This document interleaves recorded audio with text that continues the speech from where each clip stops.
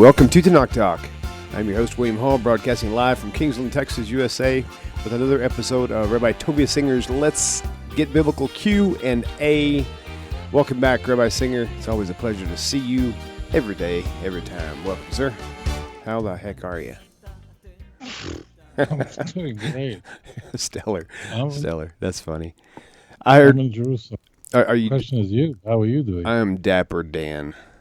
I heard that term "dapper" for the first time since the movie. I forget what it's called. Oh brother, where art thou? Oh boy was wearing Dapper Dan hair gel. And I had no idea what dapper even meant. And someone used that term last night. I was watching some sports over at a friend's house. Yeah, the same thing happened to me. I was watching sports in a friend's house. I was watching wrestling matches. I always do, and that same term came up. So it's very. Seriously? Or are you just pulling my leg? No, of course I'm pulling my leg. Yeah. That's funny. That's funny. Awesome. Well, it's good to see you again. So how about we just roll right on in with the flow, and let's kick off this first. Don't you want to say something nice about me? Yeah, I was going to say, you... something to... Something. I'll tell you what, years ago when we first started our show, I didn't know that you lived out of the country. I mean, I knew you were like somewhere, but I thought you were like in New York or something at some point. But this is actually when you weren't in New York, when you were actually in, not in Israel, but in Indonesia. And I was always amazed at how every time in the mornings we would do our show, you always looked like you'd been awake for hours. Yeah. Now I know. Yeah. So. You wouldn't want me to do a show in the morning. Oh, gotcha. Not unless you had plenty of coffee or something, right? No. I theoretically, I could do all kinds of things, but no, it's a very heavy price to pay for me to do. I have turned down entire careers that I could have had if I was going to do a morning radio show. Wow. A career. Right now in Israel, yes, I could easily have a morning drive show if I would just be willing to, be on air at 7:00 in the morning. I have blown off in all kinds of careers in my life because I just refuse. Because my brain doesn't wake up unless I've been up the entire night before. Right. But then I'm a lunatic. I mean, how long could you sustain that? So. Yeah, so I'm not kidding. I mean, if I had to do something where I had to get up and function in the zone at, like I had to get up at 6 in the morning. And in fact, when I do have to get up at 6 or 5 in the morning, like to catch a flight or something, it's a nightmare. I mean, it takes me about 1.5 years to recover from that experience. I exaggerated that a little bit. That's okay. Some people I know just really cannot function, period, under any circumstances in the mornings. And my wife is the same way. It's like she's, but she works like 16 hours a day. Once she's up, man, she's like just a machine until it's 3 o'clock in the morning. When I wake up in the morning, I am so sensitive. It's almost like I have a hangover. Not that I'm very familiar with that experience, but I can hear ants walk. Any sound, that's like too much. That's insane. Oh my God. Really You're funny. There's a cockroach somewhere I heard him talking. So it just takes time for me to. That's hilarious. Wake up. I feel you now. All right, let's kick it. Let's do this question. See what happens. Make sure my mouse is working. There it is. Here we go. Yes, William Hall. This is Fred Childress. The reason that I'm calling is I have a question. The question is in Zechariah chapter 3, verses 1 and 2, where it talks about Joshua and standing where Satan is there to meet him. Satan, would he be the Iranian Islam, or would he be replacement theology Christianity? That's my question. Awesome. Okay. Thank you very much. Thanks. All right, Rabbi, take that away. I'm going to pull up on the screen too, so we can kind of glance at it as well. But go ahead. All right. Thank you for the question. The answer is very, very much. His question is is Satan Iran or right a replacement theology? Right. So yeah, very very much not. The person we're introduced to right from the get-go at the beginning of the book of Zechariah, Sefer Zechariah, which is the last of the last of the three last books of Tanakh, is Zechariah, Haggai, and Malachi. These prophets, unlike the others, lived in the beginning of the Second Temple period, and they bore witness to the construction of the temple and the event that unfolded as Klal Yisrael had, and a small number had returned from Bavel to Eretz Israel for the Second Commonwealth.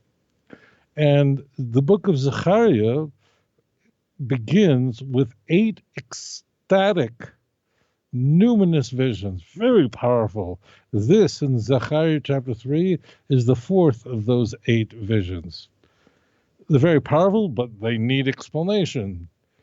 All right, so when the Klal Yisrael comes to build the second temple, they return to the land of Israel after a 52-year exile. You're going, 52? Why 52? I thought it was 70. Well, as it turns out, Cyrus the Great, the king of the Persian Empire, who defeated the Babylonians overnight, he gives the command for the Jewish people to leave Bavel, and they can go to Israel and rebuild their commonwealth. You rebuild Yerushalayim, the walls, the Beis Hamikdash, and we have this all over the place. This is how the book of Chronicles ends, Isaiah 45.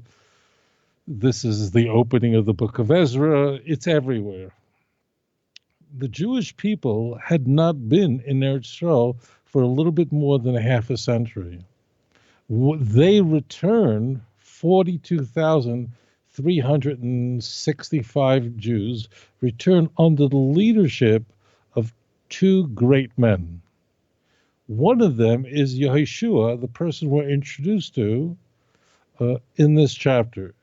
Yehoshua is he's not the Joshua, the disciple of Moses. Rather, he is the nephew of the famous Ezra. His father is Yehoitzadok, so his father is the younger brother of Ezra. He's a person of enormous import, and he, together with another man who is from Bayis David, from the house of David, his name is Zerubbabel, who's going to be appointed governor, not king, but governor over the Shevavei Tzion, those who return to Zion.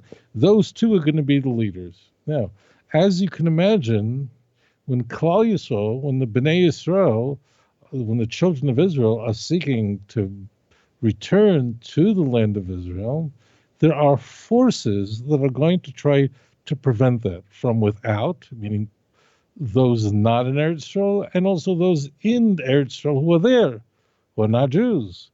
There's going to be all sorts of forces that are going to try to impede that event. Very important. Because the Bnei Israel and the land of Israel, when they connect, it's a match made in heaven. It triggers the Geula, it triggers the redemptive process, or a potential redemptive process. In many ways, it was a startling event, too complicated to go into now. Here is the key. Sutton, who doesn't represent Iran or anything like that, in fact, as it turns out, at that time, Iran, we're going to use it Persia, they wouldn't use the term Iran, Persia was a friend of the Bnei Israel at that time. In fact, it was Persia's empire that emerged and soundly defeated the Babylonians almost overnight. it was the king of Persia who told the Jews, go home, go back to Yerushalayim, go rebuild it. And in fact, God calls him my Mashiach, my anointed one. But Sudden doesn't like this. Sudden wants to prevent this redemptive process. So what does he do? He seeks to identify what indictment can be brought forth to charge the leader of the Bnei Israel, in the case of the high priest, that would disqualify him from continuing his leadership. And therefore he's going to bring accusations against Yehoshua ben Yotzadok. This Yehoshua is also called Yeshua in Tanakh. Yeshua is just a truncated version of Yehoshua, and just like Josh would be a truncated version of Joshua.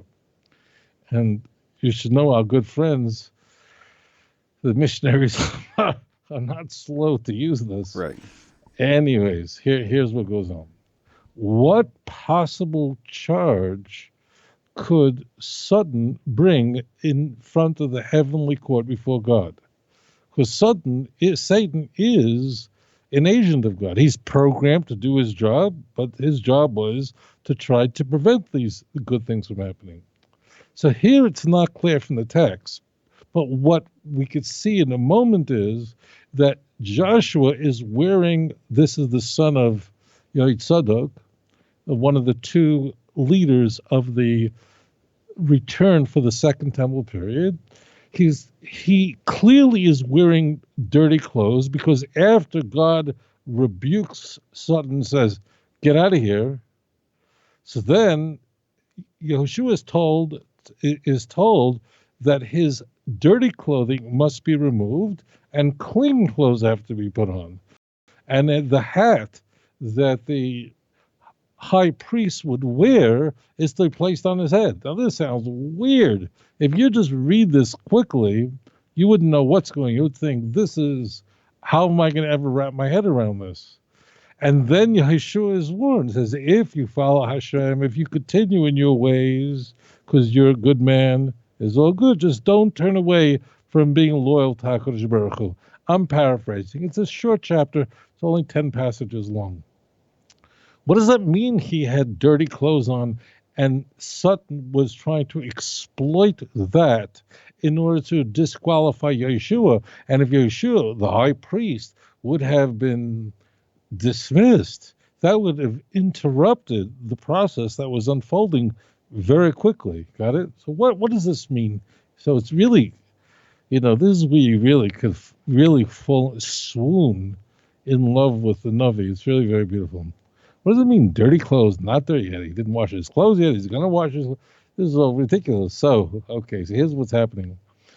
So as it turns out, we know from another sefer in the Navi, from the book of Ezra, that the Jews who returned to Eretz Yisrael, to the land of Israel, to build the second temple, were largely, not all, but the majority were secular Zionists, were irreligious Zionists.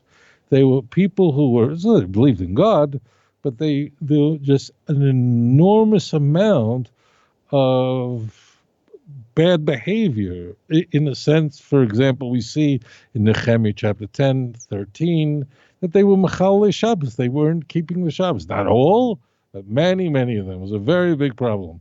Many of them were not observant. But here's what is germane to this. There were many Jewish men who were part of this return, who married Goyish women, non-Jewish women, and had children with them. We see this in Ezra chapter 10. And Ezra, who was the giant of the generation, he was the Gadol Hadar, which means he was essentially the greatest rabbi of the generation. They use the word rabbi, but really that's what he was. In fact, just as a footnote, which I think is important, Ezra is not described as a Navi, meaning we don't see him speak in Nevuah. We don't see him practicing the things that high priests practiced. He's the giant of Torah. He's the great Torah leader of the generation for many, many reasons. Okay, so you can imagine essentially the greatest Torah giant of the generation sees this and he's appalled. He tears his clothing, he puts on sackcloth, ashes. Now, and he tells them to do tshuva, and they do. But the key is, we are told in Ezra chapter 10, verse 18, the first man who is identified as marrying a non-Jewish woman, the first one, because there's a whole list of these fellows. The first guy is Yeshua's own son, Yeshua, the high priest, who's the leader of the Shevivei Zion, which means those who return to Eretz Yisrael. His own son went and took a non-Jewish woman. Could you imagine that? And therefore, Sutton's accusation, his charge, his indictment, was that given that Yeshua would have a child who himself would marry a non-Jewish woman, that should disqualify him.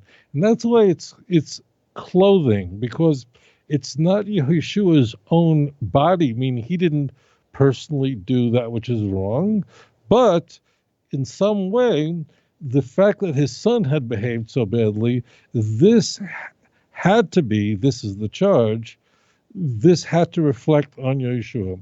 What would have been Sutton's precedent for this? What would have been, what is the basis for this? Well, the answer is, I can think of many examples. Famously, you have Eli, the high priest, much, much earlier. Eli and his corrupt sons lived before the building of the first temple. They go back to the time of Shiloh, to the time of the tabernacle. So Eli's sons were corrupt and exploited their position for all sorts of unseemly things. And it affected Eli. Eli, in fact, the high priest, died violently.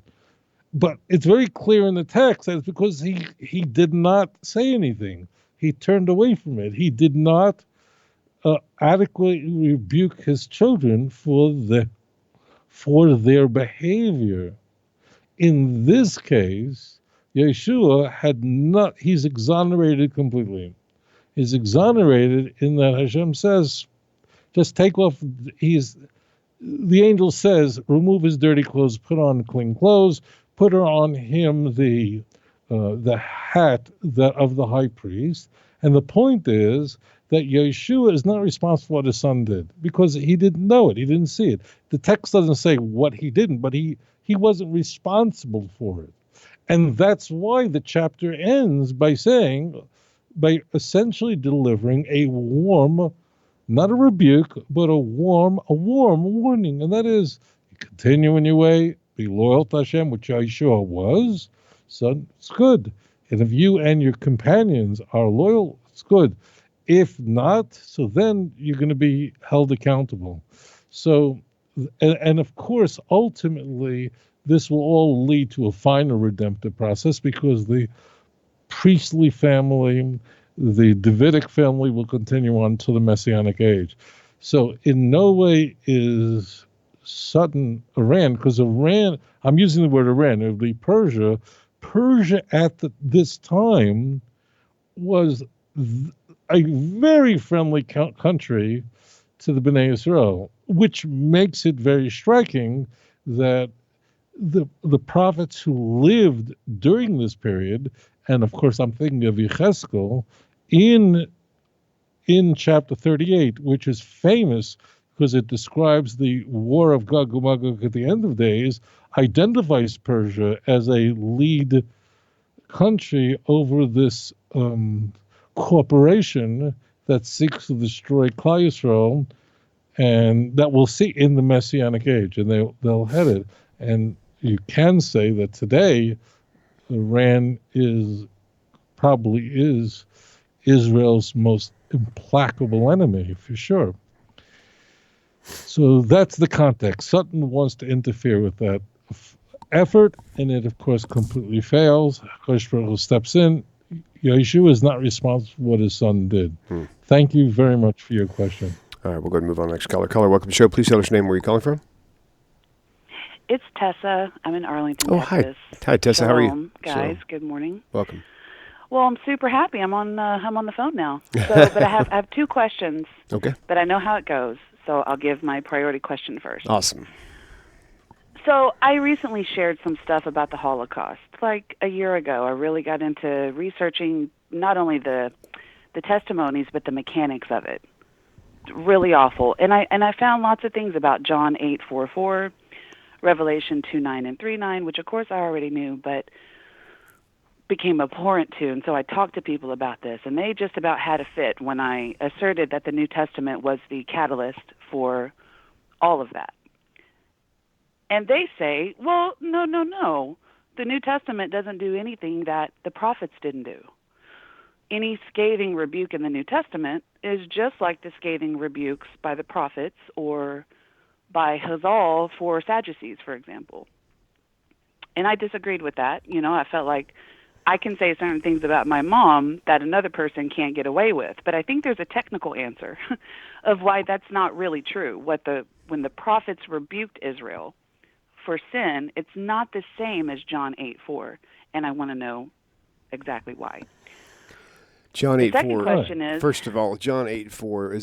Was that the part about calling John them sons of the devil? 8:44. Your children of the seed Yeah, of the devil. that's what I thought. Okay, cool. All right. yeah, and all of that. I mean, you know, any of the rebukes in the New Testament, they say, That's well, such you know, a and then huge they'll share things question. from the sages. Sorry.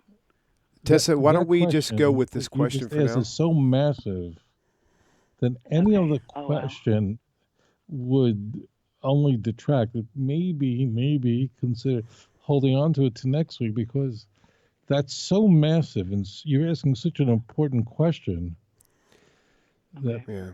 unless it's directly related, we're gonna it's sort of gonna diminish. Is it possible to reserve that for the next show unless it's directly connected? Oh, absolutely. But do you want a sneak peek so you can make it an informed decision? I can just tell you what it is, and you can tell me no, and I'll be okay. Go ahead. Go ahead. That's funny. Okay. So I recently heard you say that America doesn't have a covenant with Hashem. It perked me right up. And if you told other people that, it shocked the pants right off of them, because America thinks exactly the opposite. America thinks that it does have a covenant with Hashem. And so if it's true that America doesn't have a covenant with Hashem, then what does that mean for the Americans, most of them evangelical? Mm-hmm. Do they have a reason to change how they see this to a more Torah perspective, or do they have everything that they need? So Okay. you decide. All right. In short, they've got replacement theology. That's what they hang on to. It's really the answer to that question is Genesis 12:3.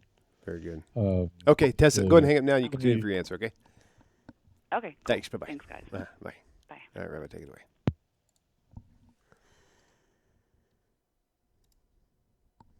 It's very clear that the Holocaust emerged from countries that were Christian. It's not an accident that almost every member of the Nazi Party was a Christian. And in Germany, for example, the majority of them were not Roman Catholic. The majority of Germans during World War II were not Catholic. The country was roughly 65% Lutheran. God, you laugh because what are you going to do? Lutheran and there was some other, but it was largely Lutheran. There was a very, very large, about 35% Roman Catholic. It's very obvious that Buddhists and Hindus didn't give us a Holocaust. And those countries didn't participate in the Shoah. And it's also abundantly clear that the member of the Axis, which was not a Christian country, the Japanese Empire, was not involved in persecuting Jewish people. And in fact, when the Japanese, for example, came to the Philippines and found Jewish people who had escaped Germany and Austria during the 1930s. Therefore, they held German or Austrian passports. The Japanese treated them very well. Conversely, the native Filipinos, especially in the large cities, they were, not all, but many of them were put in internment camps. And so you have this very strange scene in the Philippines where Jews were walking the streets of Manila freely because they were Germans of the Japanese, and the Japanese had no idea what being a Jew had to do with anything. So you're a German, that means you're an ally. You can walk the streets. But many Filipinos were not. They were obviously weren't German, so they were interned. The internment camps for Filipinos were not like death camps, but they were something. Let's just say they were like the internment camps for the 112,000 Japanese in the United States. It was a little worse than that, but it wasn't a death camp.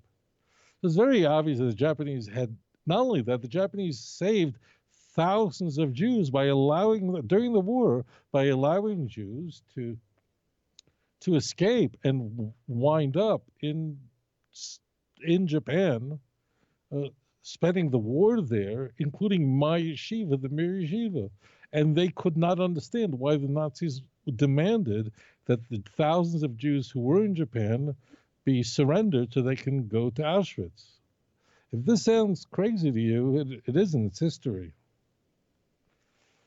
The reason is that they were not poisoned. The Japanese were just not poisoned by the toxic literature of the New Testament and of Christian writings, because the Japanese Empire was not a Christian country. They had other beliefs, but they weren't Christian. Today, there are many Christians in Japan. At the time, it was very unusual. So therefore, the Japanese just did not have this. They weren't poisoned by the text of the Christian Bible and also the view of Christendom and its view specifically of the Jew. Because the Christian Bible, whose view of the Jew was shaved from it, and the apostolic fathers and moving in the opposite direction, the reformers, they all hated Jews. It's not like they just wouldn't hire a Jew or a Jew couldn't get into Harvard or Princeton University. They despised the Jews, detested the Jews. To them, the Jews were demonic, were devilish people. And what I said is not hyperbole. If you go on Google and just type in, what did the church fathers have to say about the Jews? I think most people will be horrified. Because I think most people will just think that it's kind of a Jesse Jackson. They just didn't like Jews and they referred to New York as Town. It's not that. It is the stuff that I'm not sure. I think the Klan members would say in private, but probably wouldn't say publicly about the Jews. It's stuff that's so horrendous. It's worse than whatever you can think, and it's surely the kind of screeds expressed by the church fathers. It makes no difference if they were anti-Nicene church fathers who lived after, meaning Augustine, who lived after the Council of Nicaea, Ignatius, who's a very early church father, Melito. We have Melito's Passover message. It's a screed from hell. If you wrote that and you were in Austria, Canada today, you'd be thrown in prison for it. That in those countries, not the United States, hate speech is illegal, and you will go to prison for it. And it's not just the law in the books. It's a very serious crime. In the United States, what a person says, it cannot be criminal unless they're actually calling for violence directly. So that's what happened here. Were they all crazy? The church fathers were completely rational. Luther was completely rational. Why?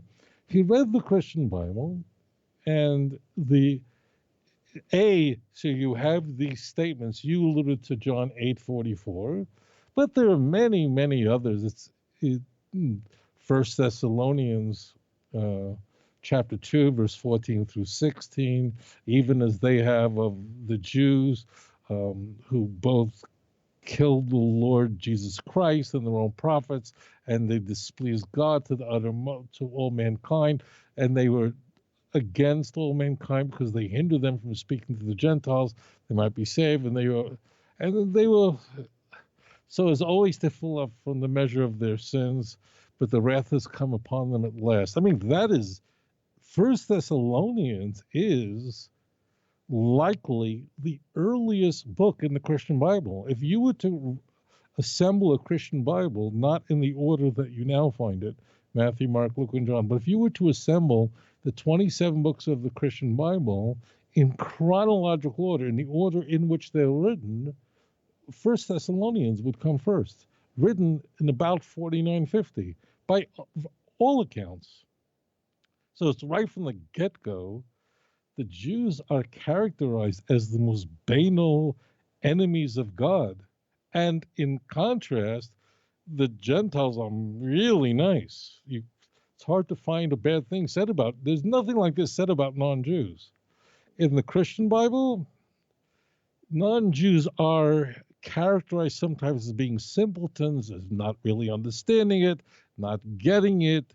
The Samaritan woman in John 4, in the book of John, she doesn't get exactly that it is Jerusalem, not Gerizim, and the Jews get it. That's where the term salvation is of the Jews comes from. It's often mischaracterized. The Goyim are simple. They don't get it. Even if you read Matthew's Sermon on the Mount, read Matthew 5 and 6, you see the way the Jews are attacked. It's very personal. And the way the non-Jew, it's not. There's criticism, but no one would go, all right, I've got to kill every Italian. I got to go out and find the Puerto Ricans and kill them all. They're all. If you read the text, you know what I'm saying. So it's important to understand that the Christian world or Christendom, it's not that they're genetically different. It's that the Christian message and characterization of the Jew as a nation whose work is of the devil, who are the enemies of God. Read Melito's Passover message. We have it. You know how early that is? That's 2nd century. You'll just sit there and go, I can't believe this. The good news is that until Nicaea, really until 312, it didn't make a difference what Christians said about Jews, because Christianity was not a legal religion, was not a licit religion. It was an illicit religion. It had no power, and if anything, at certain periods they were persecuted. So whatever screeds would emerge from the mouth and pen of Christians prior to Constantine's conversion was only rhetoric. It had no effect on the Jews, because Judaism was a sanctioned religion, and Christianity was not until Constantine's conversion, following a victory right outside of Rome, where he attributed his victory to the God of the Christians, and he essentially converted to Christianity. His mother would as well, and Christianity would then become illegal, then preferred, and then you know where this is all going. So now this is all said, we have to ask a question, which I think goes to the heart of your question. And people have to just ask the question, well, so what? Mein Kampf mentions Jesus quite a few times. Mein Kampf is Hitler is not going to sue you if you print out Mein Kampf. It's available on PDF. The copyright is over. If you search through the PDF of the word Jesus, you will be shocked. And there's nothing bad about him. It's all very good. And they go, but Jesus was a Jew. How did the Nazis see that? To them, it wasn't. To them, the Jews were bad, and Jesus was there to free the world from the poison of the Jews. These were rational people. If I only read the Christian Bible and I didn't know anything else, I would hate me too. Christian anti-Semites are completely rational, and I want to just talk about that word Christian. The toxic hatred ensconced in Christianity is so pernicious, it metastasizes in such a unique way that even when a society jettisons the Christianity, the anti-Semitism of Christianity remains. You see it in Europe. In Europe, most of Europe are atheists today. They don't believe in God at all. But the characterization of the Jew controlling the world, all the banal, demonic nature of Jew is all over. And as striking is Russia. When Russia was a Christian country, Tsarist Russia, prior to the revolution. So, of the Nikolai II, Yamach Shemai V'Zechrei, he was a tremendous anti-Semite, and he acted upon it. And he was to say he was powerful is an understatement. But after the revolution, and then Russia was a godless country, and the Russian Empire, the Soviet Union was godless. Somehow that cancer just stayed, and it was the same thing. They were just producing the same ideas about the Jews, even though they didn't believe in Christianity anymore, because that's how pernicious it is. This cancer stays. Now the question is, how could you say that the writings of the Christian Bible and the Church Fathers, which characterize the Jews in such horrible ways, and I want to make this point and know this, the grotesque anti-Semitism found in the Christian Bible is displayed with much more color in the storytelling than in these simple dogmatic statements that you find in First Thessalonians and so on. It's the storytelling that's a nightmare. The Gospels are very well written, and the enemy of God, the villain, is the Jew. Always. The guy, the Gentile, is just they don't know any better. But the Jew is the villain. The Gospels are very well written. The stories are very well, you have, all the characters are very, very well defined. This is not boring stuff. All right. So now it comes down to a question of this. You see in the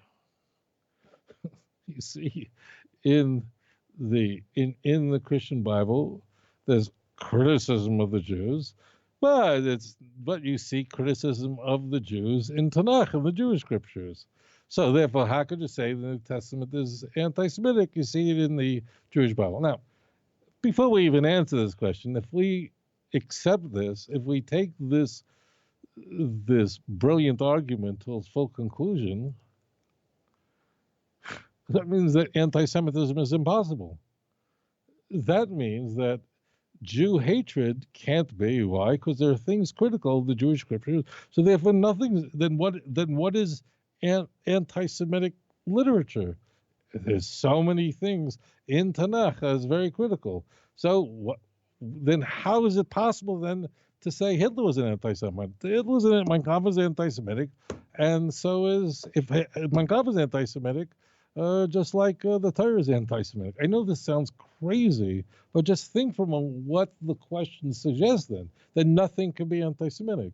Nothing could be anti-Jewish. You can't have racially charged literature. Now, we all know this is not just nonsense, it's very dangerous nonsense. Nonsense is believing in a spaghetti monster.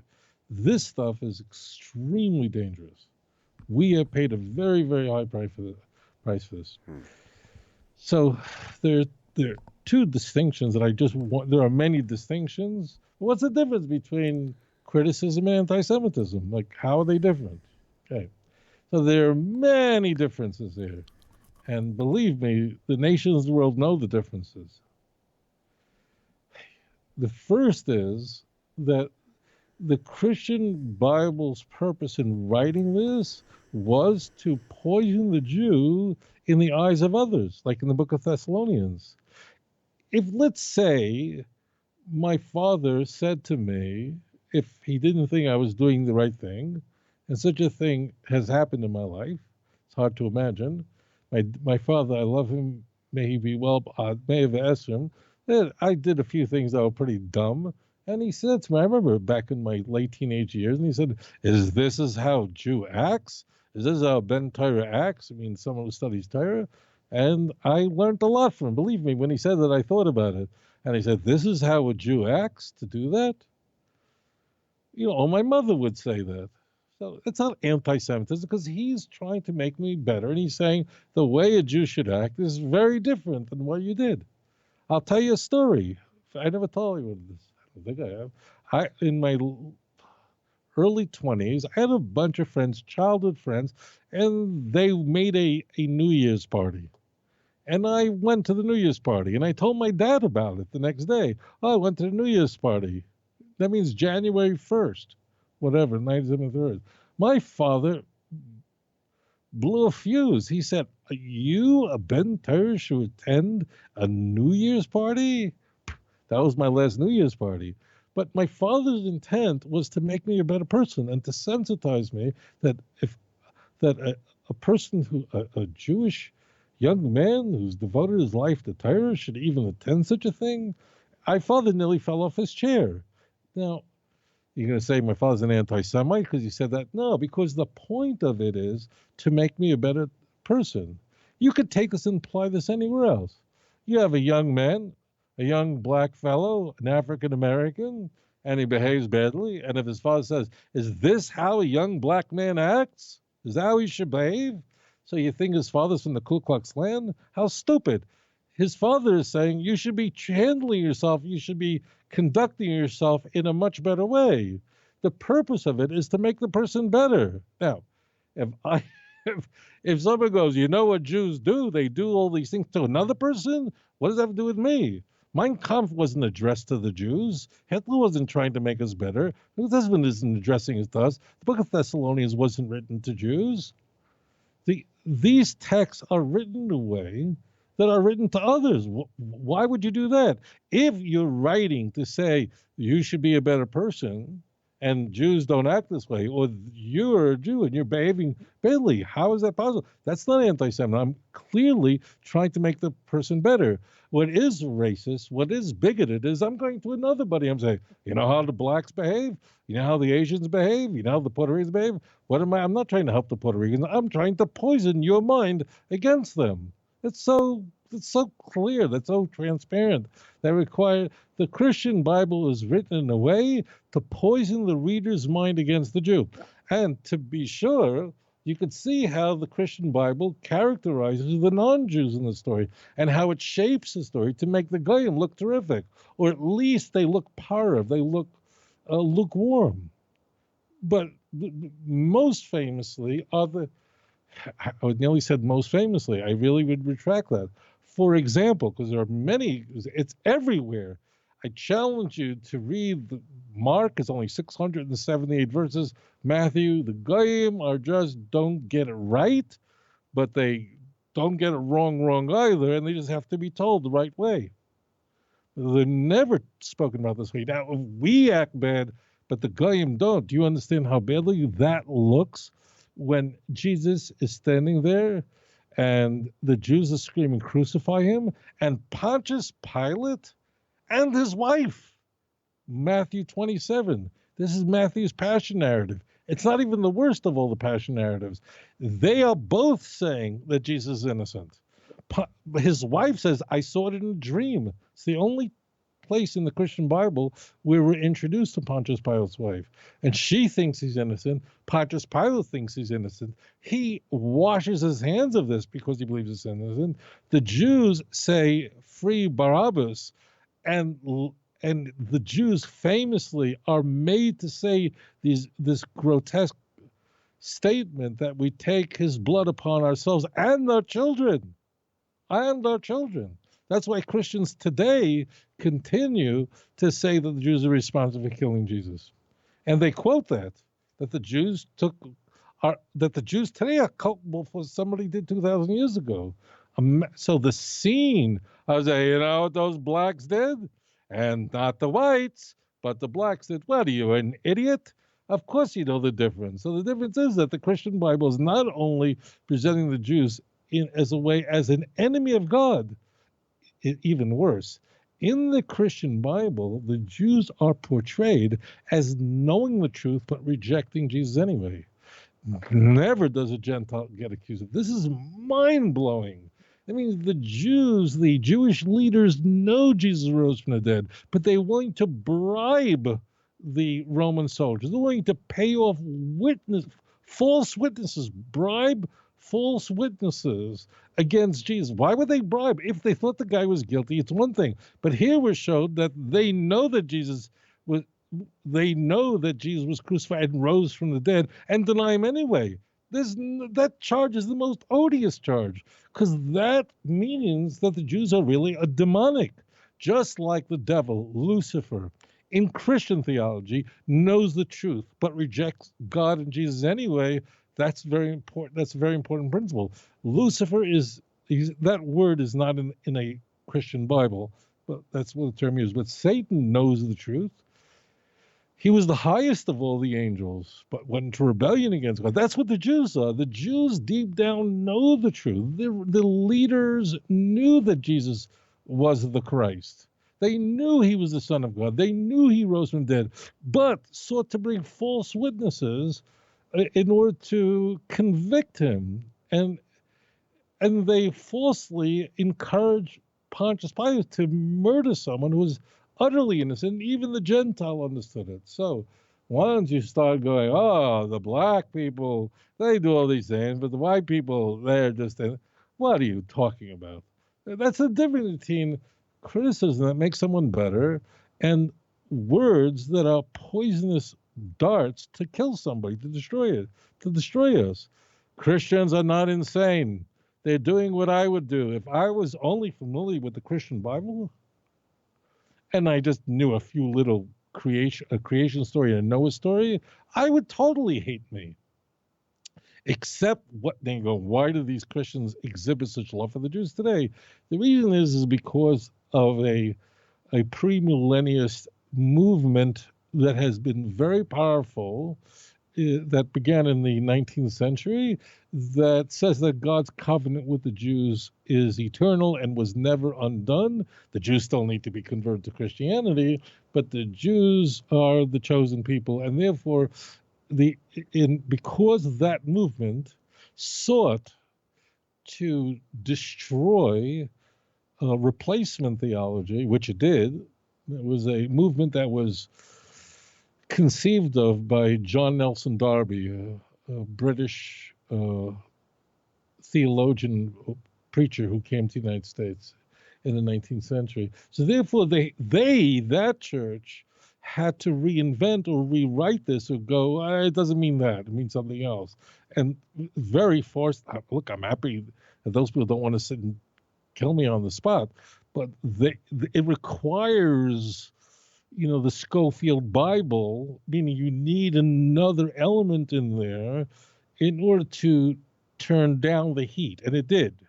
It means evangelical premillennialists are generally not anti-Semitic or not as anti-Semitic. They still have some of them have some odd views about the Jews, but if they're Jews in Israel, then it's okay. Whatever it is, let's just say they're less so, that the dispensationalist movement nourished philo-Semitism, that the philo-Semitism is the opposite of anti-Semitism. So in short, everybody knows the difference between a mother telling her son, a black boy should behave like that? You should be behaving like this. So she's the same as the Ku Klux Klan? The Ku Klux Klan's literature going to white people in Idaho. They're not interested in helping a troubled neighborhood on the south side of Chicago. They're not interested in helping inner city kids who are struggling. They're not. They want to destroy them. They want to ship them to Africa. Who knows what they want to do? That's what the Christian Bible, and the Christian Bible is Much worse than what the Klan says about blacks. Much worse, because you're going, what do you mean? Because the Christian Bible characterizes the Jews as the enemy of God. The Klan doesn't portray African Americans as the enemy of God. I'm not an expert in their literature, but I've looked at a few of it. There's a museum here in Yerushalayim, in Eretz Yisrael, that's actually devoted as a museum against hate, and it has a whole section. It's not Yad Vashem. It's a museum on Mount Zion to the Holocaust, but there's a whole section on just racist material that's against black people, as an example. And there's a whole room you go into, and they have all this Klan material, not just Klan, but all this white supremacist stuff. It's very nasty. You just go in there and just darkness descends. What can I say? It's very hard. Haven't gone there in many years because I just can't handle it. But to them, frankly, blacks should be slaves. Blacks shouldn't live where whites are. Blah blah blah. I never saw that the blacks are the devil and they have to be exterminated. That's the purpose. They have to be enslaved, or they have to be separated. Whatever it is. The point is, there's a big difference between a text like Tanakh that's saying to the Jews, "What have you done? Look what you did. Do tshuva, repent. You've made this is a nightmare." And the purpose, remember, of Tanakh is it's not a history book. And if you think it is, then you can have a very skewed view of the Jewish people and their history. Tanakh is there primarily to criticize the Jewish people, to make them better.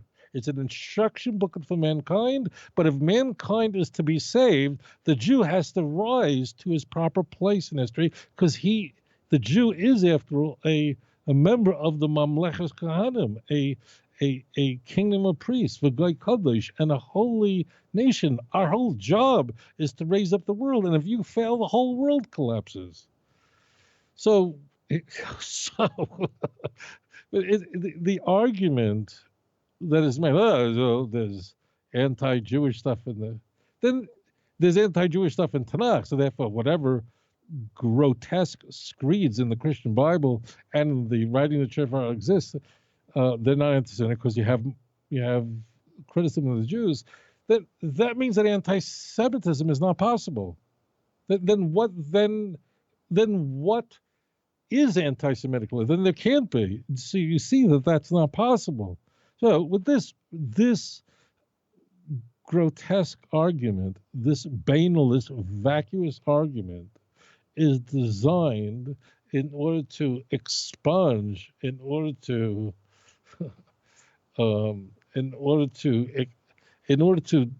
it's a horrific defense of a grotesque and toxic book that has had the same effect on Christians throughout the centuries.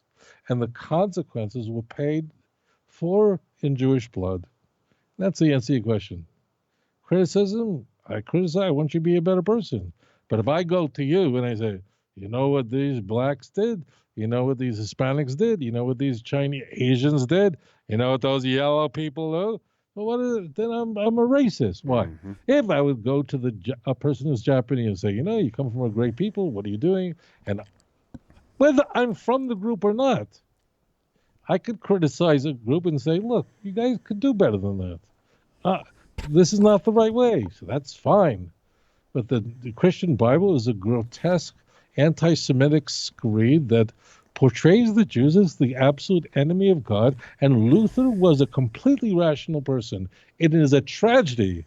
Luther could have done wonderful things with his life.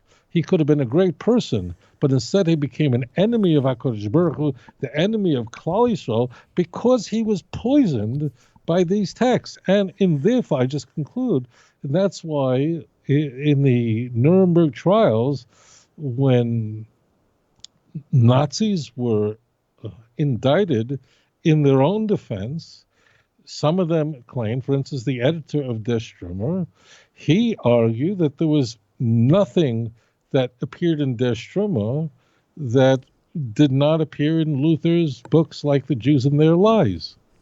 So, and he was telling the truth. So The answer is the difference is transparent, and this is a vulgar argument. It's not just incorrect, it's vulgar. It's there to act as a fig leaf to hide the shame of the church. Thank you for your question. And furthermore, that's something that's spilling off into their teachings on not only are the Jews wicked and evil, but also the God of the Old Testament is that lightning bolt God, angry God in the sky. Not realizing that, God is not the one who demanded a blood sacrifice for every possible sin under heaven. That was Jesus who did that. So, you've got this merciful God that the church is actually teaching is an angry God, which is pushing them more to fall at the knees of their demigod, Jesus, So it's really kind of goes Look, hand in hand. it's that idea. You're absolutely correct. And it's these ideas that have that shaped groups that were anti-Jewish scriptures. They ultimately they became called heresies, the Marcionites, and even more extreme, the Gnostic Christians. Gnostic Christians believe that the God of the Old Testament was evil. The Marcionites just believe what you just described. But, if you look at the prologue of John, John right. 1:17, that the law came through Moses and grace and truth came through Jesus Christ. I mean, that contrast is hello.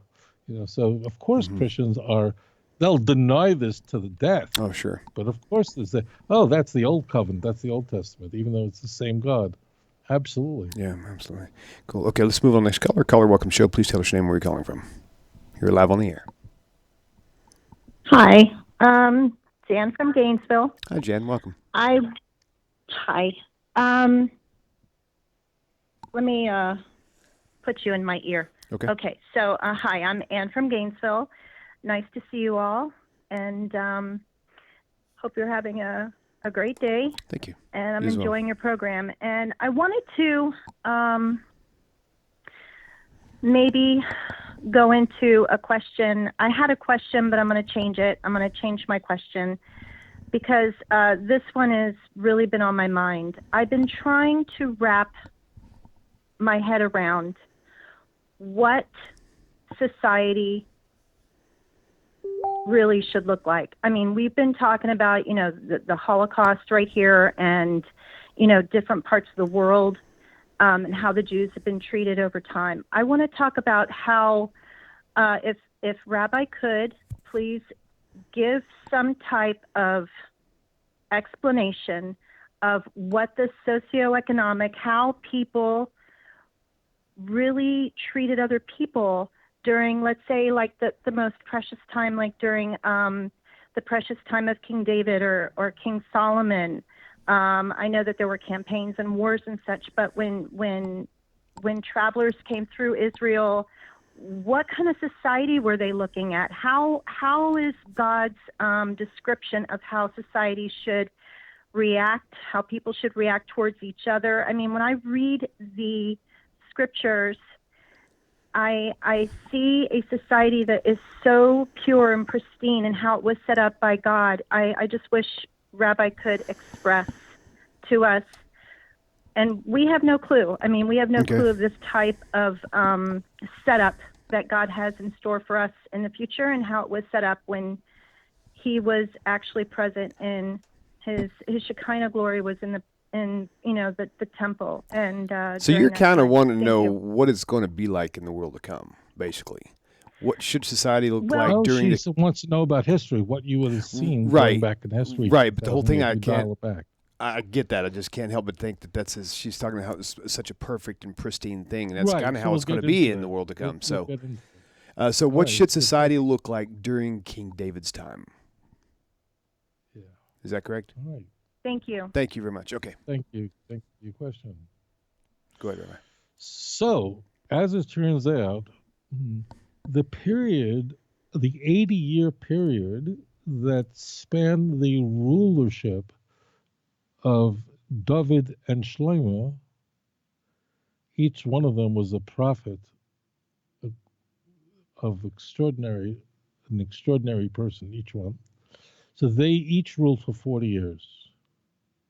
King David from the age of 30 to the age of 70, and Shlomo Melech, King Solomon, from the age of 12 to the age of 52. we can go back in time less than 3,000 years, but not that much less, you would have seen something very different. This period is known in Jewish history as the golden era of Jewish history. It was a great period. But the days of King Solomon really is the golden era, and King David was setting it up for King Solomon. The reason why they're starkly different is that during the days of David HaMelech Alav Hashalom, so there were many wars. Yerushalayim at first was not in the hands of the Bnei Israel. It was in the hands of the Jebusites. So there were great wars. David HaMelech fought many wars with the Plishtim, with the Philistines. So it was a time of enormous turmoil, also internal turmoil, meaning that King David was on the run for much of his career while King Solomon was alive. While King Saul was alive. So David HaMelech, although anointed earlier by Samuel, he wasn't yet king, and he would not become king until Saul was killed. It was a time of tremendous turmoil. Tremendous great things were done. David HaMelech is the primary author of the book of Psalms. King David taught us how to repent. David taught us how to live our lives. King David is beloved, really beloved, and probably is because he overcame his mistakes and repented in a way without excuses, without but. And he was a person who had the chance to kill his enemy, Shaul, because Shaul was trying to kill him. And David HaMelech restrained his men and himself when the opportunity arose for him to kill Shaul. David HaMelech was hiding in a cave. And Shaul went into imagine, David HaMelech's in a cave with his men, and Shaul is trying to find him and kill him. And turns out Shaul, the king at the time, goes into the cave to relieve himself. David could have killed him on the spot. And he didn't. He just cut a little piece of his clothing so Shaul would know that he could have, and he didn't. David showed enormous restraint, but his life, when you read the book of Psalms, especially the first section of the book of Psalms, it's impossible. You can't escape. First two, you can't escape that King David is constantly confronting enemies and those who betrayed him on all sides. Yet his trust was always in Hashem. He wondered out loud, my ancestors prayed to you, and you listened to their prayers.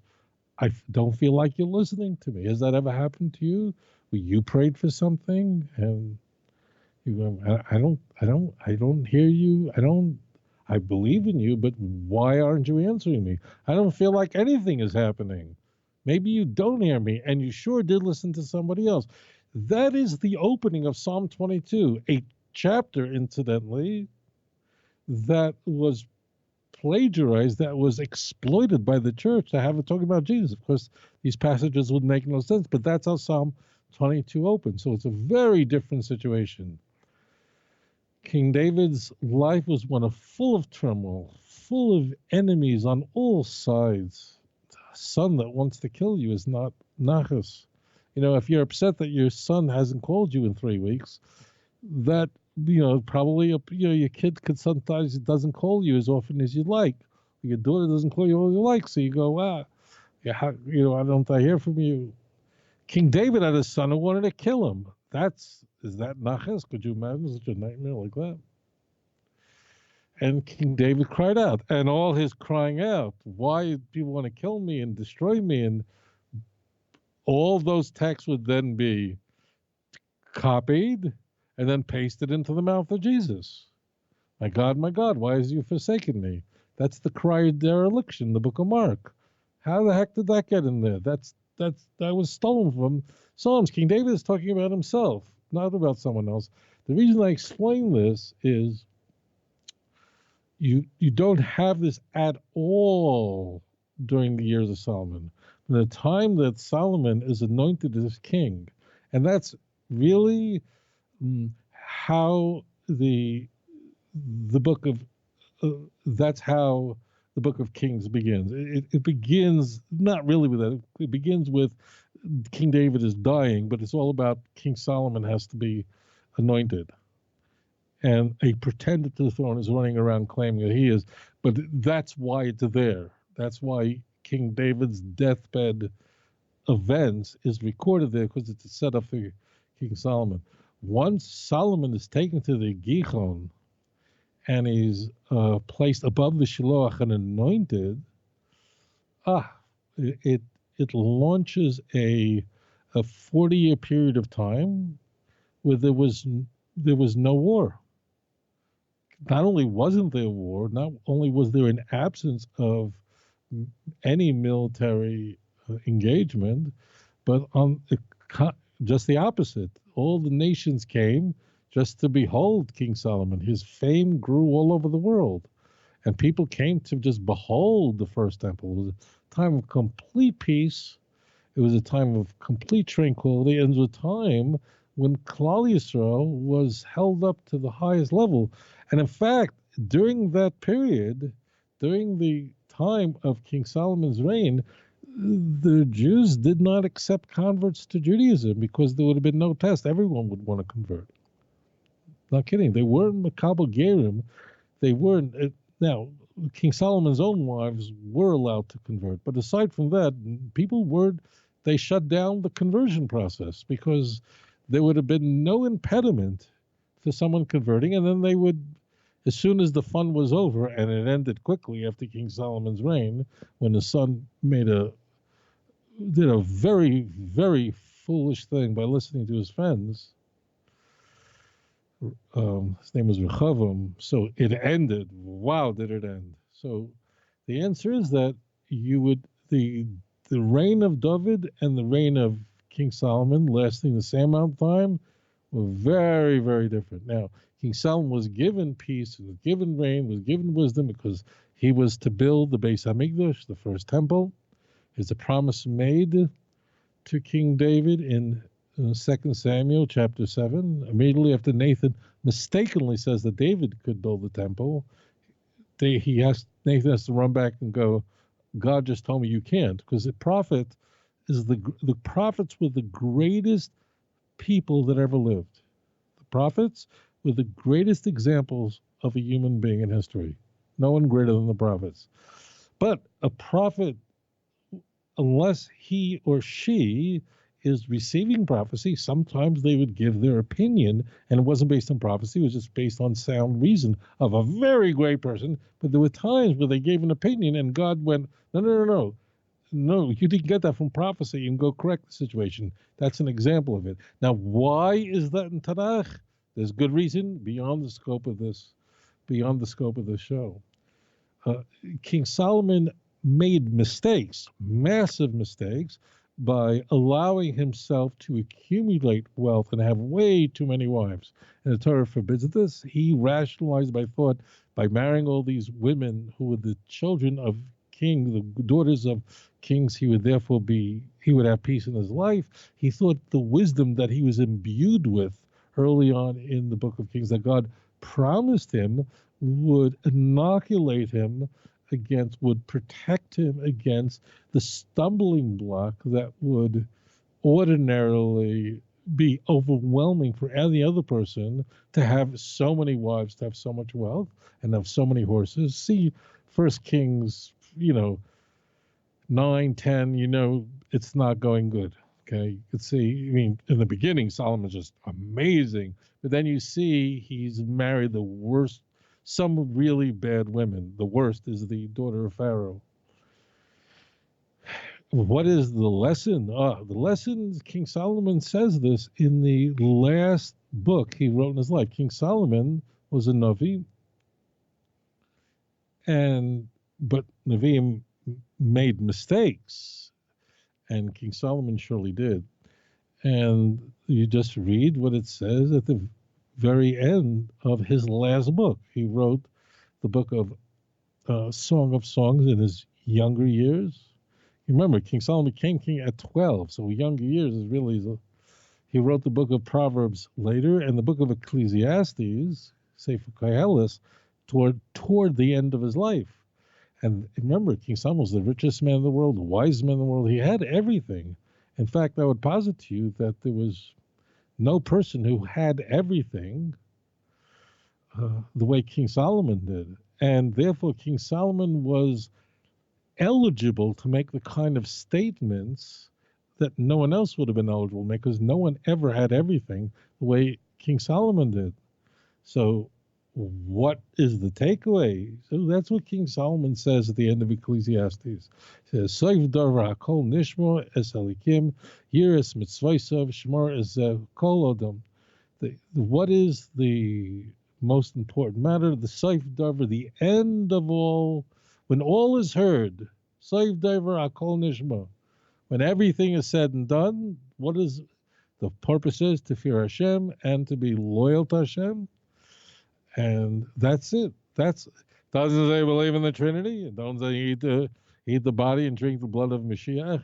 Nothing. And that would have been a great place to put it. I'm not trying to stick an anti-Christian term in there, but people, wake up.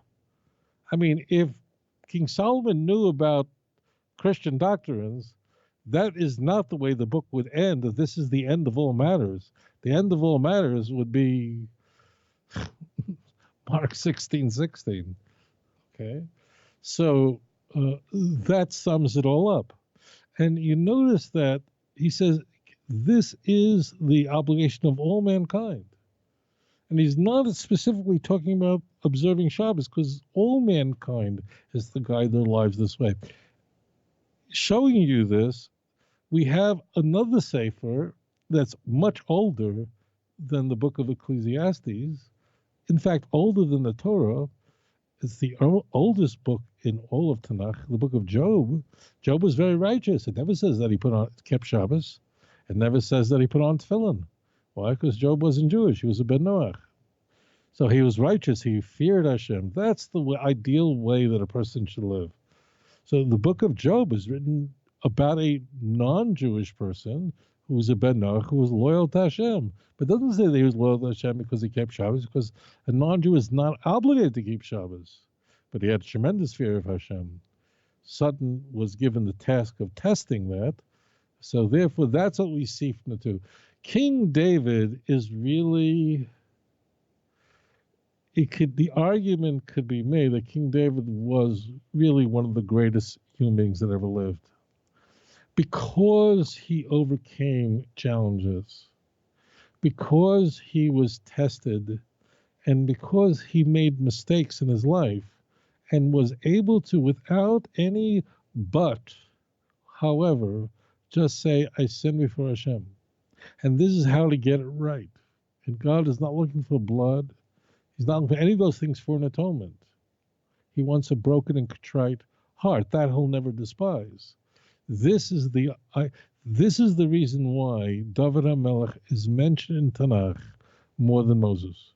Not that he was great. He was not a greater prophet than Moses, but Moses, in essence, it might be hard to relate to, because Moses was so, wow, it's hard to. But King David is someone that in some way we could relate to, making mistakes, but doing tshuva, repenting. In fact, Chazal, our sages, tells us that David HaMelech was put in these predicaments to teach us how to do tshuva. What is the proper way to repent? So it's not it's not that people don't sin. It's that, what do you do with that sin? And once you sin, could you ever be righteous again? The answer is yes. In Christian theology, the answer is no. No one is righteous in the eyes of God.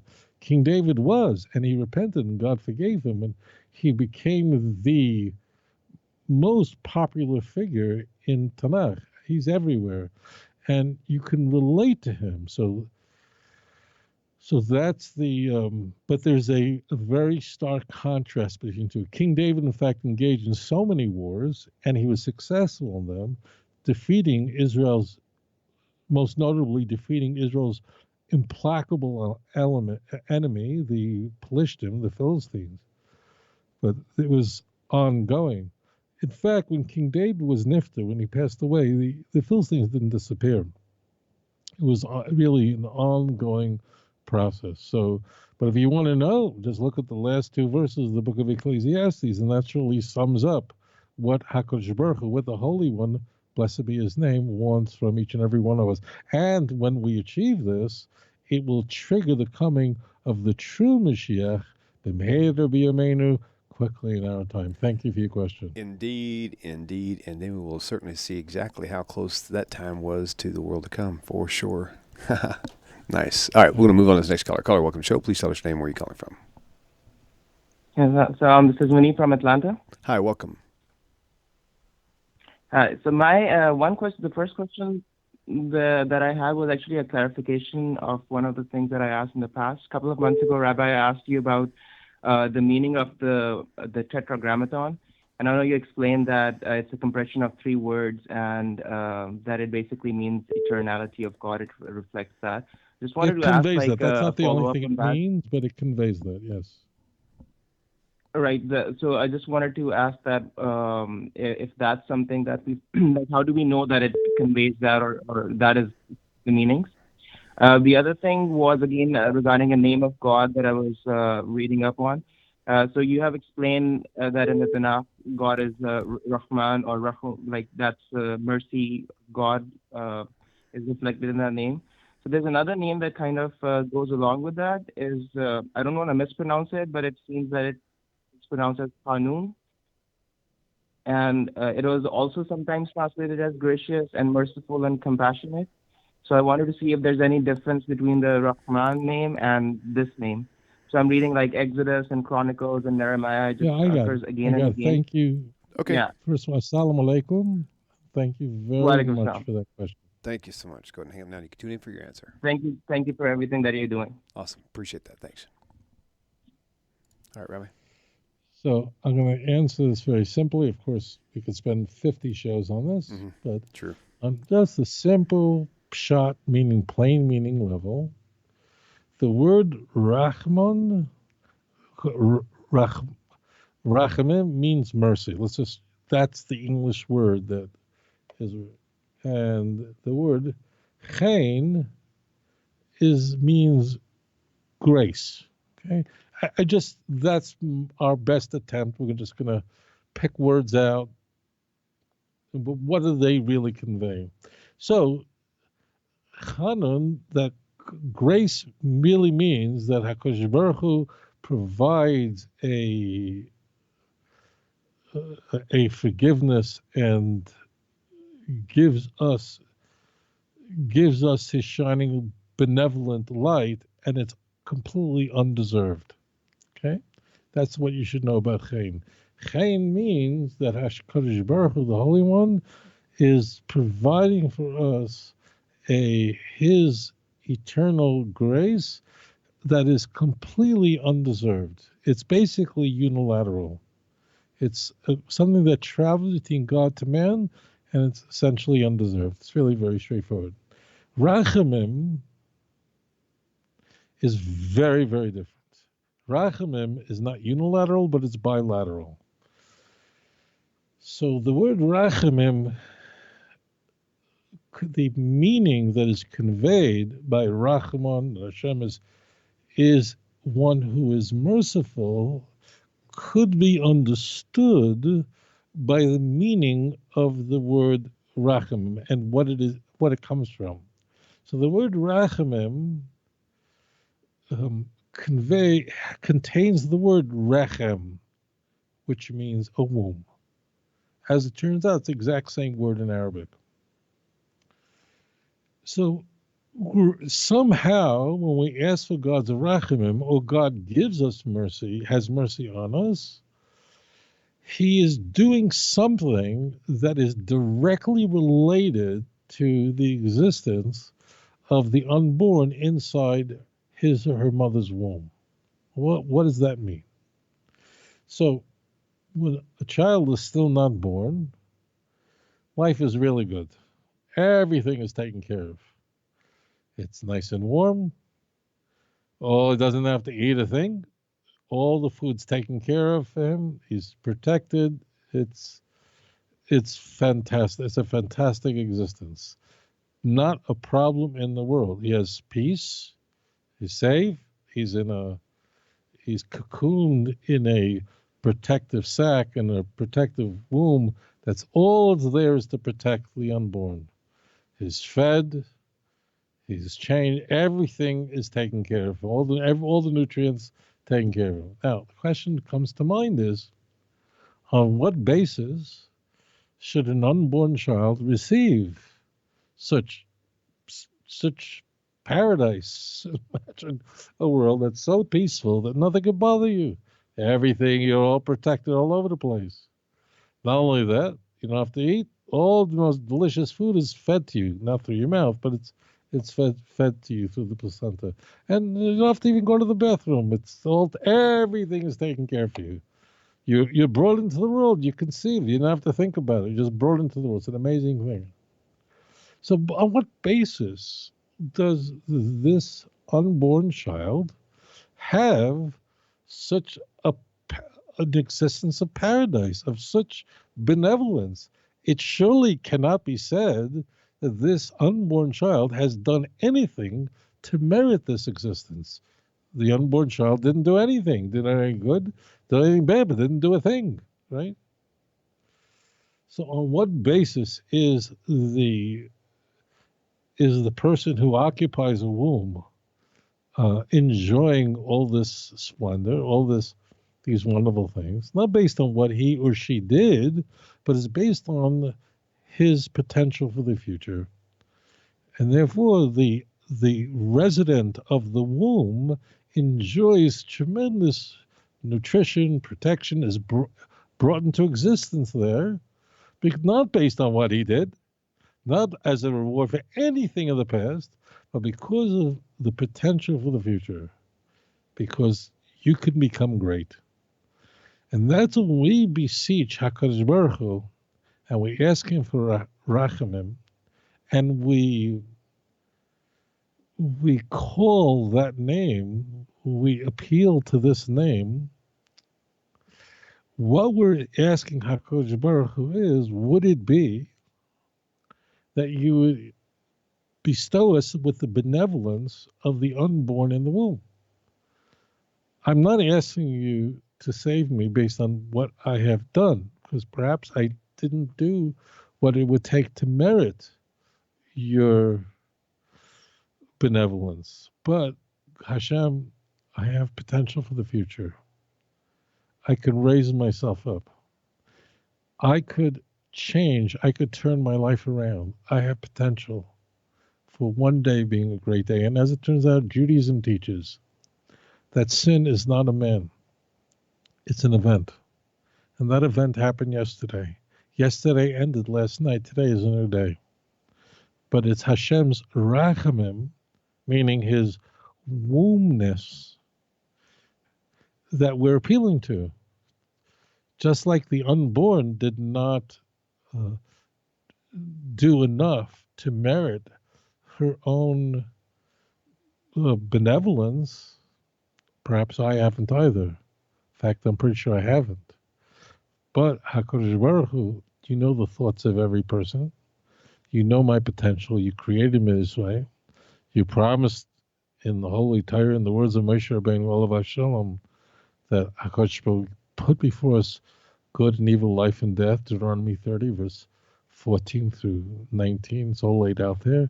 And Hashem promises you, V'charta v'chaim, you should choose life. He calls heaven and earth as witnesses.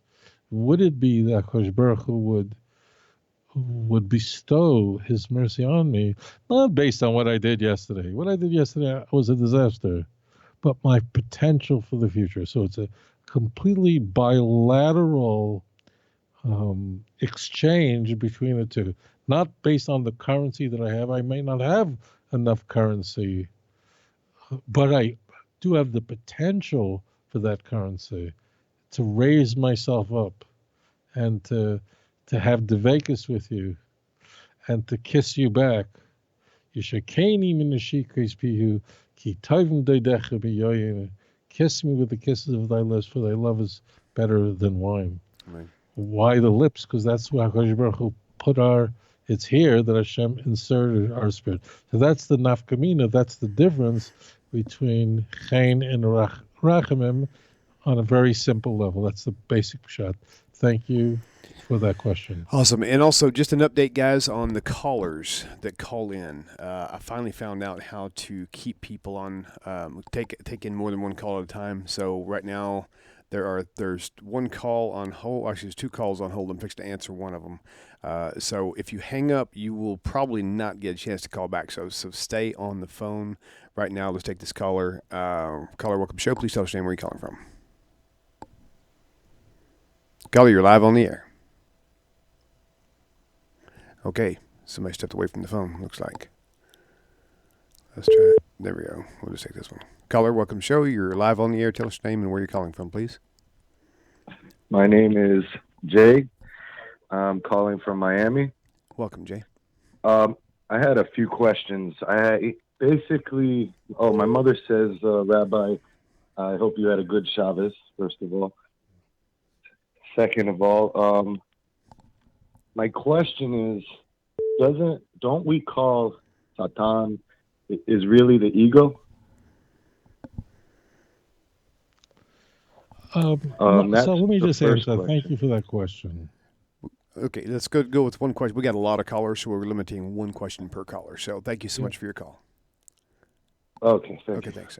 So I think the question isn't our ego Satan?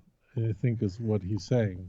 That means that Satan is not really an external force, but it's really something in us. And it's very clear from Tanakh that that's not exactly the case, but it's easy to figure out how the lines could be blurred. Satan will exploit our ego in order to seduce us into sinning, to make sure we know how important we are. Look, if Satan came to you and said you should go rob a bank, you tell him to go jump in the lake. You're not going to go rob banks, right? If Satan would tell you to go chas v'chalila and do what some policeman did or a soldier did in Thailand, Rahman Islam, murder more than 20 people, never.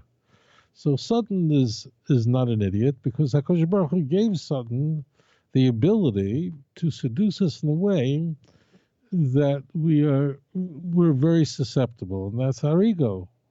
Now, that means that a person shouldn't say, I'm a nobody, I'm a nothing, but recognize that anything we have is from HaKadosh Baruch Hu. And sometimes we think we're so... There's a joke of a joke. It was a Yom Kippur night, a Kol Nidre night in some temple somewhere, and the ark was opened, and the rabbi of this temple stood in front of the whole congregation that was standing there, and he stands before the ark and says, ich bin a garnished, I'm a nothing, I'm a nobody, I don't deserve. He falls on his face and he goes, ich bin a garnished, I'm a complete nobody, I'm a nothing, and I stand before you. Right? So then the cantor looks at that, and then he screams, everybody's watching. And the cantor then goes, ich bin a garnished, I'm such a nothing, I'm a nobody, and he falls on the floor, and I'm completely unworthy, I'm a nobody, ich bin garnished, I'm nothing. As it turns out, the temple was packed, and there was a janitor who was standing toward the back of the temple, to the sanctuary, and he's standing there with a broom, and he's watching this whole spectacle, and he's very, he's captured by the whole thing. And the janitor then falls on the floor, puts his broom down, falls on the floor, and he goes, I'm a nobody, I'm a nothing, I'm a nobody. And everyone's watching. The janitor, and then the cantor turns to the rabbi and says, look who thinks he's a nobody. So, so having humility doesn't mean that you think you're nothing or no. You're not allowed to say such a thing. You're creating the image of God. What you should do instead is attribute the gifts that you have that is only from Hashem. Not because I'm so smart, I'm so wise, I'm so this. No, it all comes from the Almighty. Moses did realize that he was not an ordinary person. He just was the most humble person, not because he said, Ich bin a garnished, I'm a nobody. The reason Moses was so great is that he recognized that everything he had was from Hashem. That was it. Okay? So Sutton will, here's the point, when Sutton needs to trip somebody up, to seduce someone into failure, what he does is he looks for what is this person's vulnerability. And no two people are the same. Some people struggle with this, and for other people, they struggle with that. And one person, it's nothing, and another person, it's a very big struggle. There are people, tragically, who struggle with drug abuse, or heroin, or whatever. I thank God I don't struggle with that. I have no interest in these things. Thank God. That's what I think when I see people struggle. I say, thank God. This is something I don't have to struggle with. I have my own struggles. Everybody has their own struggles. And I don't want his struggles, and he shouldn't want mine.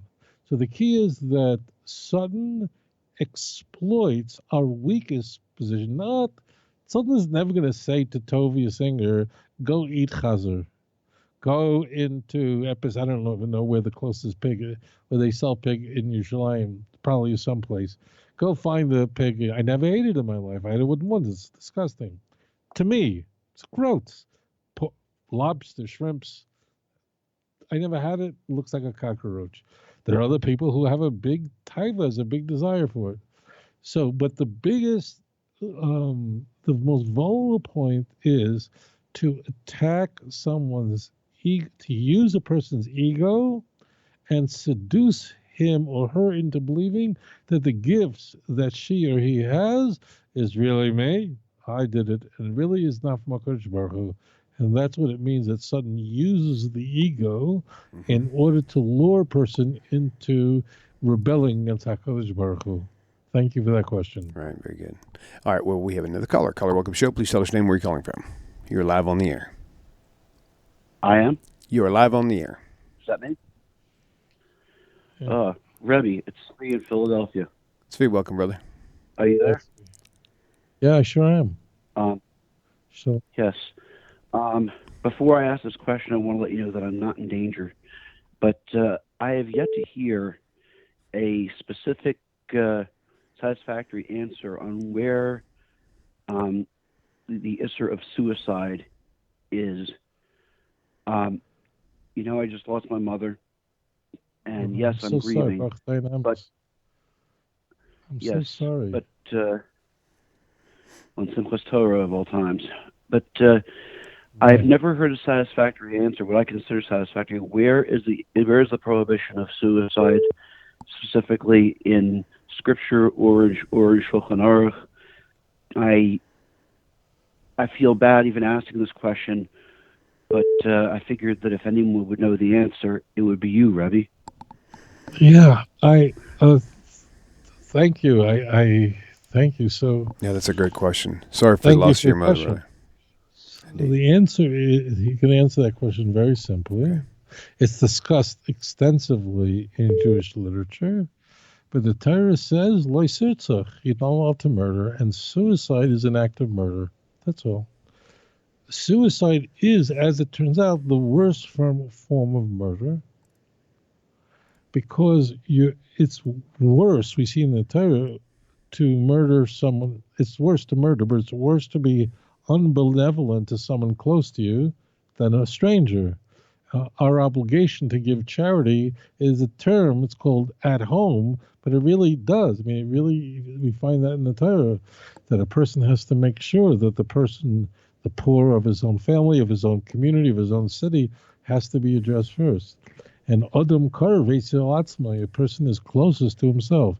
So the act of suicide, number one, is an act of murder, period, end. And it's the worst form of murder, because you're now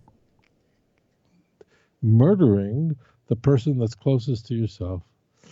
Number one. Number two is that suicide is an act of blasphemy because you're denying that HaKadosh Baruch Hu is the one who gives life and takes life, and you are seizing that control. So the act of suicide, chas v'chalila, is a very, very grave sin, very grave sin, very grave sin. Now, so where is it? Because you don't want to murder, that's why. There's some stupid thing that goes on that somehow murdering myself is okay. That's like a Western concept. Oh, and there are countries that they allow people to commit suicide. So, now, just a caveat, because there are people listening to my voice who know of someone close to them who has nishtagadah committed suicide. So although suicide is a very grave sin, and believe me, it's enormous and has enormous halachic legal ramifications, because they're considered a person who then denies God and denies his sovereignty. It's really one of the worst things a person can do. It's the worst thing. That said, because you have to first know the principle, and then you have to know the intervening factors, and that is, we know that the vast majority of people who in fact commit suicide are in fact mentally ill. Who 1 in 5 people who suffer from severe depression will commit suicide. That's a staggering number. Women will attempt it more than men. Men will succeed more than women. Whatever it is, it's a severe depression is a very, very serious matter. Now, in Jewish law, a person who's mentally ill is not held accountable for his or her actions. A person who is that doesn't mean someone who lost his job and feels he has no point to living, or that's not. Mental illness means that the person is shalei midah, is loy b'das, is not in his mind, is just what it is. So that a person like that has a din of a shaita, and that person is patur min mitzvahs, is exempt from the commandments, and there are many other consequences, but they're not held accountable. And so I'll just say this, that God knows the thoughts of every person, and HaKadosh Baruch Hu is the true judge. That's why when we hear that someone passed away, first thing we say is Baruch Dainu Emes, blessed is the true judge. What is that? Because Hashem knows the thoughts of what God takes over. He's the judge at that point. But our practice, unless something is very transparent, but our practice generally is to view suicides, Rahman al-Islam, as the result of mental illness. Because naturally speaking, no person wants to kill himself. There are exceptions where it was permissible. It's very rare, but as an example, during the time of the Crusades, so the Crusaders are good friends. When Christendom wanted to convert Jews to Christianity, what a religion this is, right? So the Crusaders would force Jews to convert. Like, if you have a great religion, like, why do you have to do that for? Like, do I have to like force you to take money? If you have, why not the merit of your faith? Why not the merit of your argument, of your apologetic? No, that wasn't good enough. All right. Anyways, I'm going off here anyway. But the Crusaders, Yimach Shemam, they came into cities, and the Jews knew what they did in other cities, as they tortured Jews into converting to Christianity, where people did things what they ordinarily would not do. So there are examples in history in England when the Crusaders came through that the Jews knew that they were Crusades were coming, and they were going to be tortured into worshiping idolatry, that they committed suicide.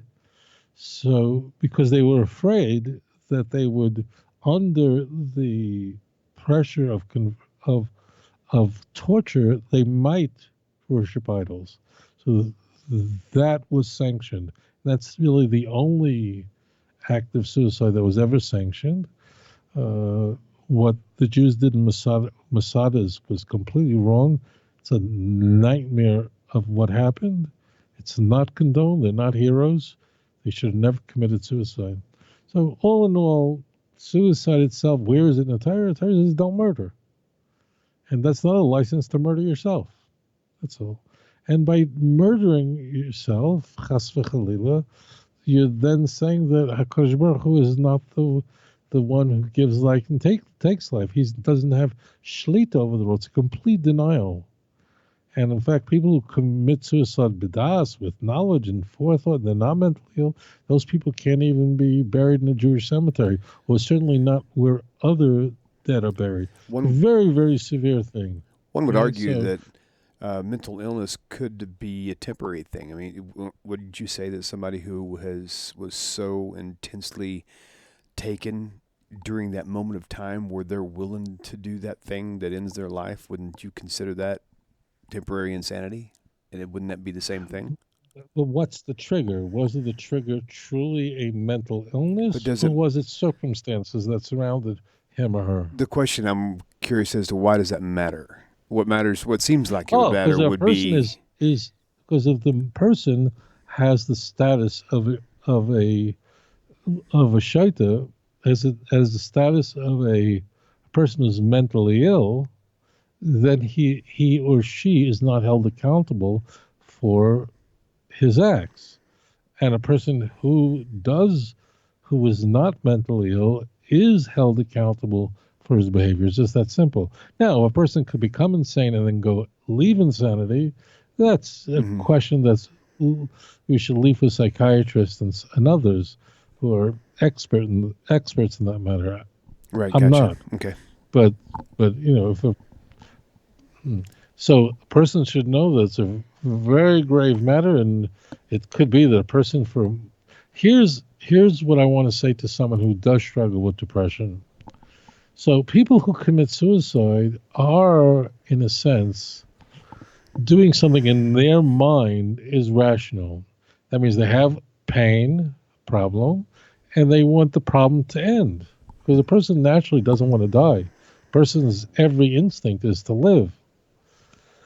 The problem is that they are seeking out a permanent solution to what really is a horrible, probably, but temporary problem. That's why it doesn't work. But if a person is mentally ill, then they're not held accountable, really mentally ill. But if a person is not mentally ill, then then they have violated the 10 Commandments itself, Exodus chapter 20, verse 13. Okay? So there's your answer. Very good. All right, we've got probably time for one more caller. Before we take this caller, I'll put up on your screen real quickly, outreachjudaism.org. You can get the 2-volume book set for Rabbi's Let's Get Biblical, all the questions and answers from a long time ago. Maybe volume 3 will encompass the questions we've covered on Tanakh Talk over the past 6 years, going on 6 years now. So if you don't have the CDs now, you can go on the website and click on free audio tab, and you will see that all of the titles of the audio files there will match up with what's in the book. It's not the same information, it's additional information. So if you missed out on it, definitely go there and check that out. So, all right, caller, welcome to the show. Please tell us your name and where you're calling from. Caller, you're live on the air. Hey, William, how are you guys? Good. Who am I speaking with? This is James from Cocoa Beach, Florida. James from Florida. Welcome, sir. I did the testimonial with you. It's me. Oh, cool. Okay. I got like 5,000 friends on Facebook, and there's a lot of Jameses on there. You have to forgive me. So, very good. Welcome, James. All right. Yeah, but you only got one. You got one from Cocoa Beach, Florida, covering this area. Listen, thank you guys for everything you were doing.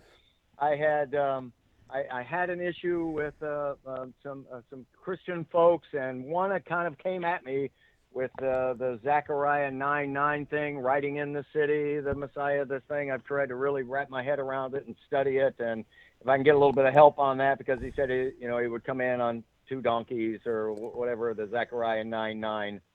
And so I really kind of got dinged on that scripture, and I wasn't really sure. I saw you guys had Zechariah 3 on there today, and right. And so just any help that I can get on that, if I get Sure. because with the books and everything that I have, and watching you guys all the time, got a really good coverage. You guys are amazing, and really thank you, Tovia, for everything you're doing as well. And but this one caught me off guard. It really did. So, that one caught me. So, James, we have covered this several times in the past, and even with Rabbi Skobac, we covered that one as well with him as well. So, if you go onto YouTube and especially type in Tovia Singer and type in the 2 donkeys or something like that, or whatever the key searches is, you're probably going to be able to find it already. But we'll go ahead and cover it now. But anytime you have a question on a video, just I gotcha. It's cool. It's a really easy search tool. You can type in Tanakh Talk and that, or you could type in Tovia Singer, and it'll search specifically for his videos as well. Okay. Yeah, I have you guys saved and subscribed Awesome. to both. I did not realize that was on there. I apologize. No, that's okay. No, it's all good. Actually, I'll touch on it. We'll take a different look at it. Awesome. This time. Thank you, James. Thank you. You betcha. Go ahead and hang up now and Thank you, tune in for guys. the answer. You betcha. Take All care, right. guys. Bye. All right, God bless you. Thank you. Thanks. Thank you, bye. All right, Rabbi. Take it away. This is probably the last question for the day. We've got about 15 minutes This left. is Zechariah 9:9 is part of a very famous prophecy, where we are told that you should be very happy because Zion should rejoice because your king is coming. He is just. He's very victorious, and he's coming humbly. He's riding on a donkey, the colt, the foal of a donkey. Essentially, that's what it says. Now,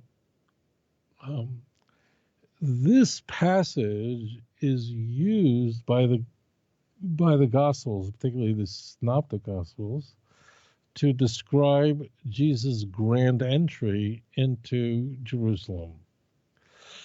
However, so first we're going to just talk about the Christian Bible on this. So all Christians know this.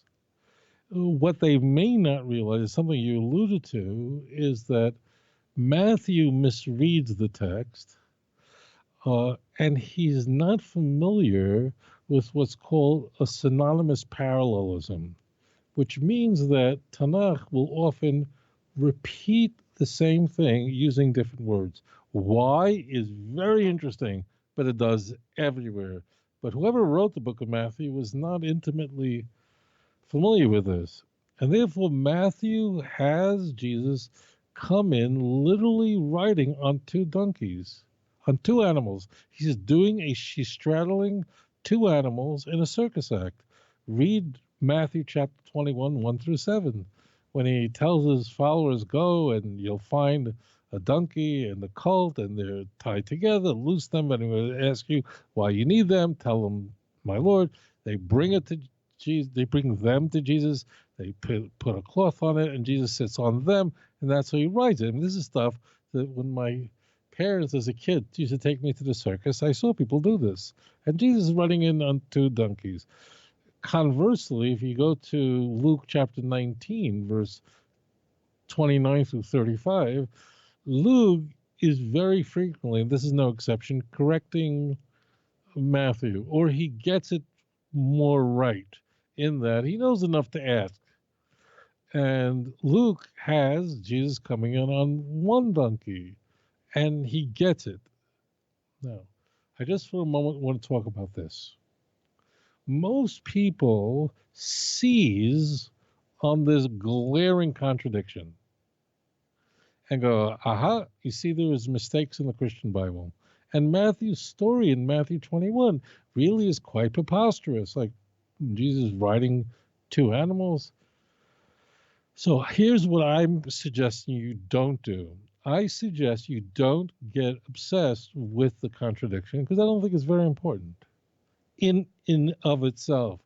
But here's what is monumentally important, and which people seem to miss, because there's there's this gem of information laying right there, and most people don't seize it because they're so distracted by this transparent contradiction that they don't realize what a gem this is for those who are studying the Christian Bible and are trying to figure out how these stories were concocted, how they were shaped, how they were formed, how they were crafted. So what's clearly happening here is that Matthew misread the text. And given that these passages are poetic and employ these types of common literary devices all over Tanakh, Matthew wrote his story to fit his reading of Zechariah 9:9, and then just had Jesus do what he thought the text had. Whoever wrote the book of Luke was more careful, and we find that in many occasions, and therefore, however he figured out that this was supposed to be one animal, and therefore he wrote his story with Jesus coming in on one animal. Okay, it's very simple. But what does that tell you? Take a deep breath, because what that tells you is how these stories are created. And, John Dominic Crissant uses the term, a Notre Dame scholar, a prophecy historized, which means this gives us such invaluable information of how the stories were concocted. They wanted Jesus to do something found in the Jewish scriptures, so then they wrote the story to have him do it. Instead, it's not that it happened, but rather it's because nobody saw Jesus riding in on two donkeys. That never happened. Okay, it never happened. Even Christians have to come up with all kinds of torturous, convoluted responses to this. Whatever, it's clearly torturous. That's not the point. This like goes past everyone. No one notices it because the contradiction is so intriguing that people just miss the point. The takeaway isn't that there's a contradiction between Matthew and Luke. The takeaway is how the stories in the Gospels were created. And that is, they wanted Jesus to do something. Matthew, in his view, whoever wrote it, what Jesus had to do was come in riding on two animals. And then he wrote the story to have it done. That means these are completely convoluted stories based on their reading of the Jewish Bible of what they had to have Jesus do. Now, they can't have Jesus build a temple. They can't have him gather the exiles. He didn't do any of that stuff. He couldn't bring peace on earth. They couldn't say he did that because everyone knows Chakran. Everyone know. But you could say that he rode a donkey or two donkeys into Jerusalem. Why? How can I check it up? What do I do? Look for a closed circuit television and see the footage. Today, if somebody does something in New York or in Jerusalem or who knows, in London, there's cameras everywhere. You can go up and look at the security footage, and in any city in the world today, almost everything's covered. There's some camera watching everything. Well, my friends, you have to divorce yourself from the world we live in and go to the ancient world. If you say that Jesus rode into Jerusalem on a donkey or two donkeys, there's no closed-circuit television, and these stories are written so many years from, let's say, 45 to, let's say, from 45 years to 65 years after the alleged event. Literally, from Mark, written about 70, to John, written about 90, 95, whatever.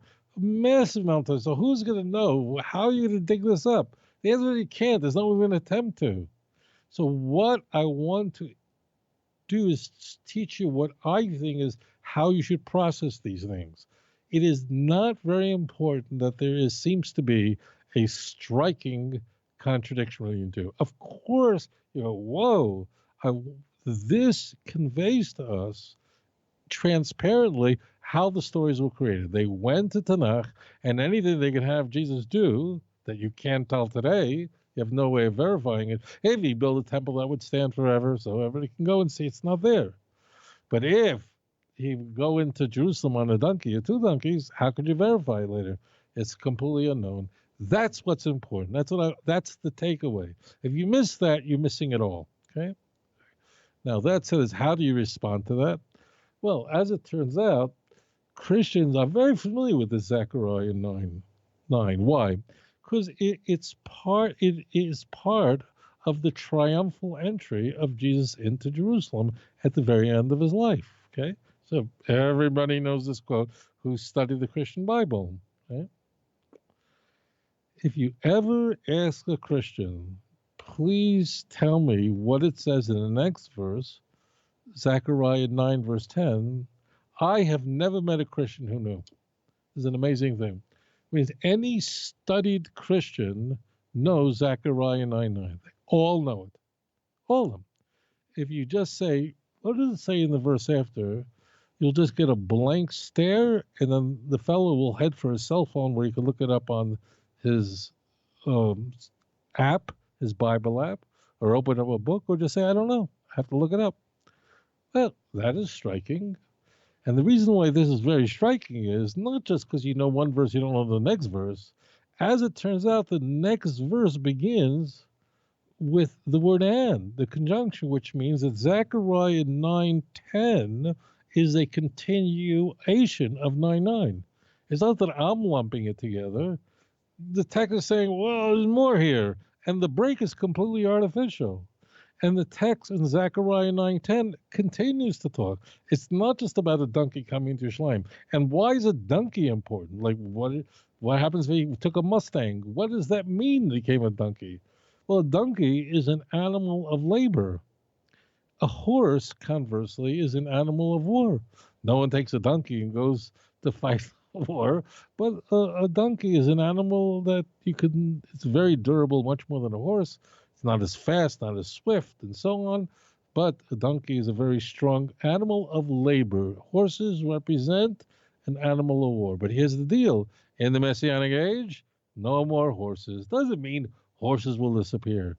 But the central theme of what a horse does, and that is, it's essentially a battle tank. It's the chariot, it's the horses. That's what is used in war, because you have a strong, swift animal. Even to this day, police, the armies don't use horses anymore, right? They stopped that at the end of World War One. But police use horses to deal with crowds and to. Did you ever see a policeman using a donkey? No. If you need an animal that could fight crowds, that you could fight on, no one's riding in a donkey, because a donkey is an animal of labor. It's not an animal of war. That's why a donkey has a very unique status. I'm not going into right now, but it's a redeemed animal that's unclean. Very interesting. So I want you to understand why the donkey's there. It came in on a Chevy. It's not important. The point is peace. And if you think I'm making this up, go to Zechariah 9:10 and do tshuva and repent immediately. Because Zechariah 9:10 tells you exactly what I just said. Rati rechev be'Ephraim. What does that mean? And I will cut off the chariots from Ephraim, v'sus miYerushalayim, and the horses from Jerusalem. That means that there's going to be peace, and the bow of war will be removed. Just in case you think this is Singer's homily, no. It says here that, what does that mean? It means that war will come to an end. And now Mashiach comes up, and he will speak peace to the nations. And that, of course, perfectly meshes with Yeshayahu, chapter 2, that the Mashiach himself is going to give Haichacha to the nations. And as a result of it, they're going to turn to peace and get rid of all their implements of war, and they'll turn into implements of agriculture. And what else is going to happen? And his rule will be from sea to the river to the ends of the earth. That means he will have the Mashiach. It's not just going to be a king like David. He's going to be like David. But David had limited sovereignty. But the Mashiach, who's a Ben David, who's from the house of David, and he's the fulfillment and the culmination of it all, he's going to be able to talk to the nations, not hold crusades in order to get people to convert. People right away want to do tshuva. What? Because of this, because of his tongue, because of his mouth. They're going to repent. Not going to walk around going, pick a card, any card. He's not going to walk around healing people and blind people. Maybe he'll do it, but the Novi doesn't mention this. In fact, this bothered the book of Luke, and in chapter 4 of Luke, they actually interpolate him healing the blind to get a healing Messiah. The Novi is interested in telling us that the Mashiach is going to speak to the nations. As a result, war will come to an end, and all the nations of the world will recognize that the Mashiach is a Melech designated by God, and will be his son from one end to the other. There's not going to be any North Korea that says we don't accept it. No one in Cuba is going to say we don't accept it. We hope they'll all do tshuva, but all the nations that survive will recognize that the Mashiach is the designated king from the house of David, and is a fulfillment of the promises made to David HaMelech, going back to 2 Samuel chapter 7, verse 12 through 16. So that's the key. Now, the reason why this is so important, if you're a Christian, listen carefully. Zechariah 9:10 begins with the word and. It means it's conjugating the two. You know what that word does. It's jettisoned by the New Testament. Why? Because Jesus didn't do that. And if he did, you would know about it today. Conversely, if Jesus never rode into a donkey, let's say Jesus never rode with a donkey into Jerusalem. It could happen, right? Would you know it today? No. You'd have it's unverifiable. So going into Jerusalem on one donkey, Luke 19, 2 donkeys, Matthew 21, makes no difference. You can't verify it today. But conversely, if he did what is described in Zechariah 9:10, everybody would know today. And not only wasn't a period of peace entered the world, but a war has entered the world. And in fact, Jesus, we are told, says, I didn't come to bring peace on earth, but the sword, to set families against each other, Matthew 10. There's nothing like that in Tanakh. So this is the time for people around the world to recognize the one God of Abraham, Isaac, and Jacob, stop taking verses out of context, and stop using the Christian Bible to know what it says in the Jewish Bible. At least, kindlech, children who are born from above. You weren't born from below. Children of the Most High. Just go back to the original. Read it. You'll see it. And then you'll see it and you'll say, oh, I want to wash myself of this filth. I want to come back to the God of Israel. And when that happens, it's going to trigger something marvelous. And that is the coming of the true Mashiach, b'meheri b'yameinu, quickly in our time. Thank you for that question. That was a great question. Rabbi, it was a great show. Thank you all for tuning in. Bill, yabba-dabba-doo. I got that on you. Okay, so don't forget, go to outreachjudaism.org. Get those download those audio files to go with that book. And if you don't have either or, you can still get the audio files from the website. And if you want to make a contribution, you can. There's a place where you can download all of these files in one bundle for a contribution of any amount. That'll be helpful for Rabbi Singer as well, and his work that he's doing in his Holy Land. Rabbi, thank you so much. Always a great pleasure. I look forward to seeing you on the other side, and everybody else too. Thank you so much, guys. Yeah, that's it. Later. Peace.